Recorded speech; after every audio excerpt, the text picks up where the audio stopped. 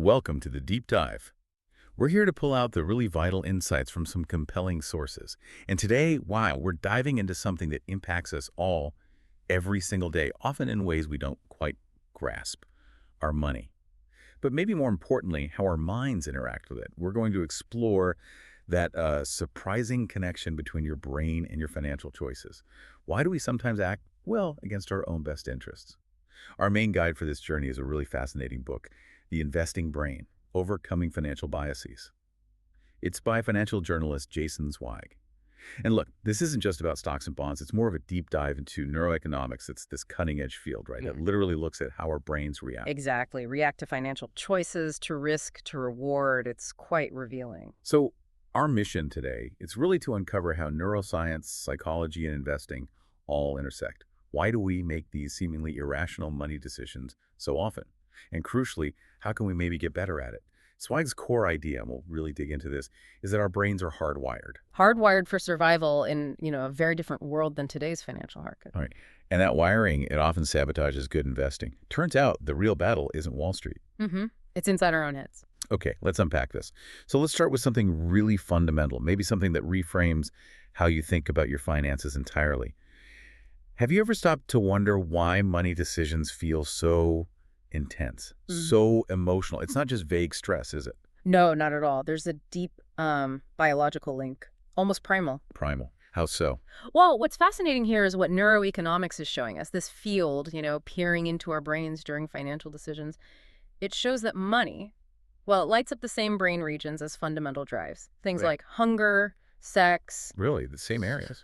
The very same. Even areas linked to addictive substances in some cases. Your brain processes the idea of money or potential gain almost like a primary resource, like food or safety. And that deep connection, that's why investing, why financial choices, they're never purely logical. They can't be. They're tangled up with our deepest emotions or instincts. Understanding this biological root, it's foundational. Foundational to understanding the biases that trip us up later. Precisely. It explains why gut feelings often roar louder than rational thought when our wallets are involved. It's not a flaw, it's just how we're built. Okay, that biological link is powerful. So if anticipating a gain gives us that primal sort of rush you mentioned, how does that actually play out, in our decisions? Yeah. Especially when the stakes feel high.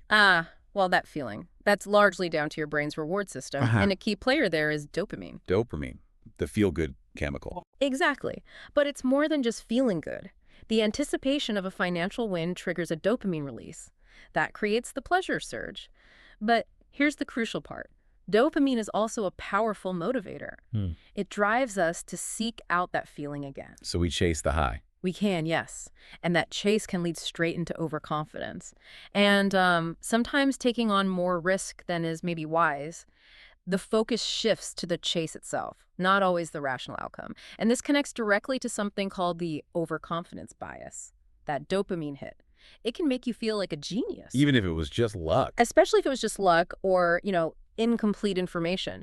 Your brain literally rewards you with dopamine when you feel in control. Even if that control's an illusion, like in random market movements. Absolutely. That's why investors, maybe after a few winning trades, start thinking they're smarter than the market, that they've cracked it. Right. I can see how that happens. And that overconfidence, it often leads to excessive trading, constantly buying, selling, churning the portfolio. Which costs money in fees and often leads to worse results, ironically. Exactly. Here's where it gets really interesting. That illusion of control is incredibly pleasurable, neurochemically speaking. And that pleasure can be quite dangerous for long-term financial health. That really does show the double-edged nature of our reward system. Yeah. Okay, but what about the flip side? How does the brain handle things when they don't go well, when we face a loss? Is it just like the dopamine tap turning off? Oh, it's much more than that. It's a whole different system kicking in and far more intensely. More intense. Yeah. Losses don't just feel bad. They trigger the brain's primal fear center, the amygdala. The amygdala. Okay, the alarm system. Think of it exactly like that. And that alarm, it screams about twice as loudly when you face a potential loss compared to how it sort of cheers for a potential gain of the same size. Twice as loud. Wow. Yeah. This biological imbalance, this asymmetry, that's the very core of what we call loss aversion. It's this deep, deep instinct to prioritize avoiding pain over seeking pleasure when it comes to resources. And you see this loss aversion playing out in really detrimental ways for investors. Like what? Selling too early? Exactly. Panicking during a market dip and selling everything just to stop the pain, to avoid the potential for further loss, even if the long-term picture is fine. We've all felt that urge, right, to just make the bleeding stop. Mm-hmm. Definitely. And it can also make people overly cautious, avoiding healthy, necessary risks, like investing for retirement in a diversified way because the thought of any potential loss is just too uncomfortable to bear. So it paralyzes people sometimes. It can. If we connect this to the bigger picture, this explains so much about why sticking to a long-term financial plan is so hard when markets get volatile. That fear, that pain, it feels incredibly real and immediate. Visceral, even. Okay, so we've got these internal battles raging the dopamine, pushing for gains, the amygdala screaming about losses. But we don't invest in a vacuum, do we? What about everyone else? How much do other people's actions sway our own money decisions? Oh, hugely. That's the social pull you're talking about. And it's driven by another really fundamental brain mechanism, our deep-seated need for social belonging, for validation. We want to fit in, basically. We're wired for it. We're social creatures. And financially, that often translates into herd mentality. We look around, see what others are doing, and we tend to copy them. Because it feels safer in the crowd. It feels safer. Think about market bubbles, the dot-com boom, housing bubbles, even, recent meme stock crazes. Right. Everyone piles in. Yeah, because everyone else is doing it. It creates this incredibly powerful social momentum that's really hard to resist. But the thing is, while following the herd feels safe, it's often, well, quite damaging to your long-term returns. Because the crowd is often wrong, or at least late. Often late, yeah. By the time something is a full-blown trend everyone's talking about, the best opportunities might have passed. And related to this, there's also the pain of uncertainty. Uncertainty, that definitely feels stressful. It is. Our brains do not like unpredictable outcomes, especially when money's involved. It triggers stress responses. And this discomfort, it can lead investors to make some strange choices, like preferring a small guaranteed loss over an uncertain potential gain. Even if the odds are good on the uncertain gain. Even then, imagine this choice. Option A, you definitely lose $100. Option B, you flip a coin, heads you win $300, tails you lose $50. Statistically, option B is much better, right? Higher expected value. Right. Seems obvious on paper. But many people will choose option A, the guaranteed small loss, just to avoid the anxiety, the uncertainty of the coin flip. We'd rather accept a known small pain than face the mental stress of an unknown outcome. Wow. Okay, so our brains are constantly wrestling with these internal drives, these external pressures. It really makes you wonder, are our emotions just the enemy here? When it comes to investing, should we just try to be robots? Shut them down. That's a really important question. And the answer, certainly from Zweig's perspective in the investing brain, is a definite no. No, so emotions aren't the bad guys. Not inherently. Emotions are actually signals. They're information, often subconscious, about what we value, what we fear, what our gut is telling us. That's valuable data. Okay.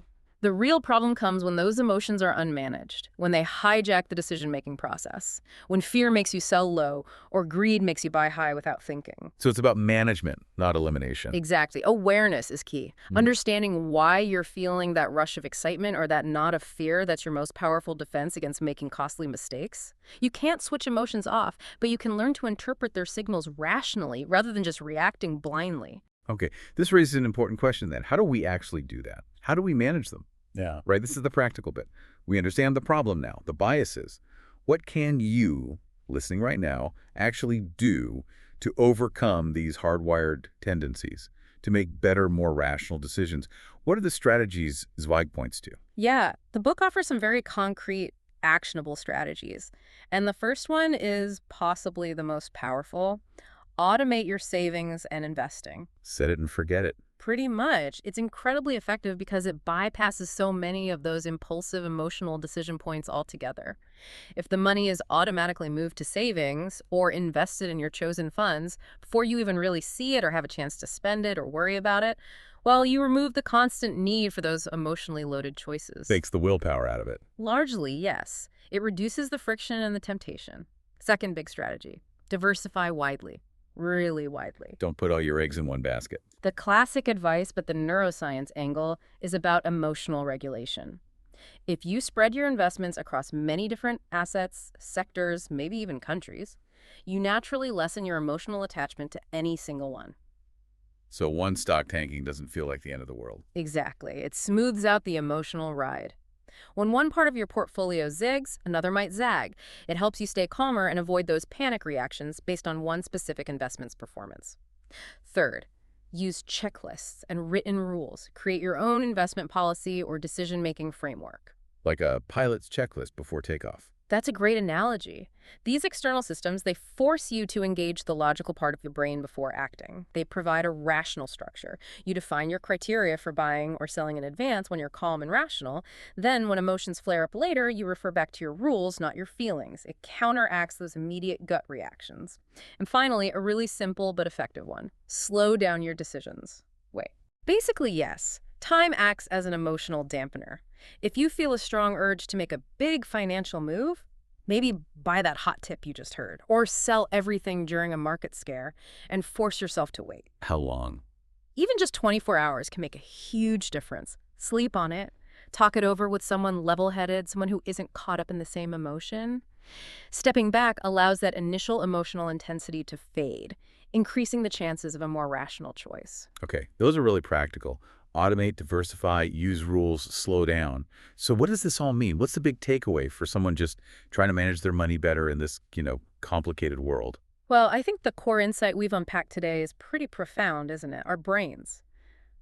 They evolved for survival in a world that looks nothing like modern financial markets. Exactly. That mismatch is fundamental. And it creates these natural biases, the lure of gains, the terror of losses, the pull of the crowd, that can really undermine our financial goals if we're not aware of them. That's spot on. That anticipation, that fear, the social pressure, often those feelings speak louder to our brains than cold, hard facts and logic, especially when emotions are running high. They're powerful drivers.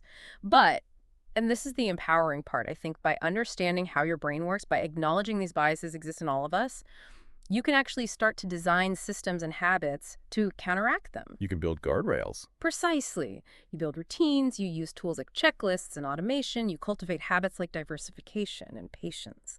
These things help you act more rationally, more consistently, and that significantly improves your odds of long-term financial success. Because at the end of the day, successful investing isn't just about financial knowledge, it's just as much, maybe even more, about managing your own psychology, about building, like you said, a more resilient financial brain. What a fascinating trip through the mind and the market. It really connects the dots between our internal world and our external financial reality. And it brings us back to that really powerful final thought from the investing brain. The quote is, "Your money in your brain shows that the battle for financial success is fought not on Wall Street, but inside our own heads." I really encourage you to sit with that idea for a bit. Think about how understanding the neuroscience, the hard wiring behind greed and fear and risk, how that knowledge can actually empower you to make choices that feel more rational, to stick with your plans when things inevitably get bumpy, and ultimately to build the kind of lasting wealth you're aiming for. It's about becoming the architect of your own financial mind. Thanks so much for joining us on this deep dive. Hopefully you can go out and start applying some of these insights today.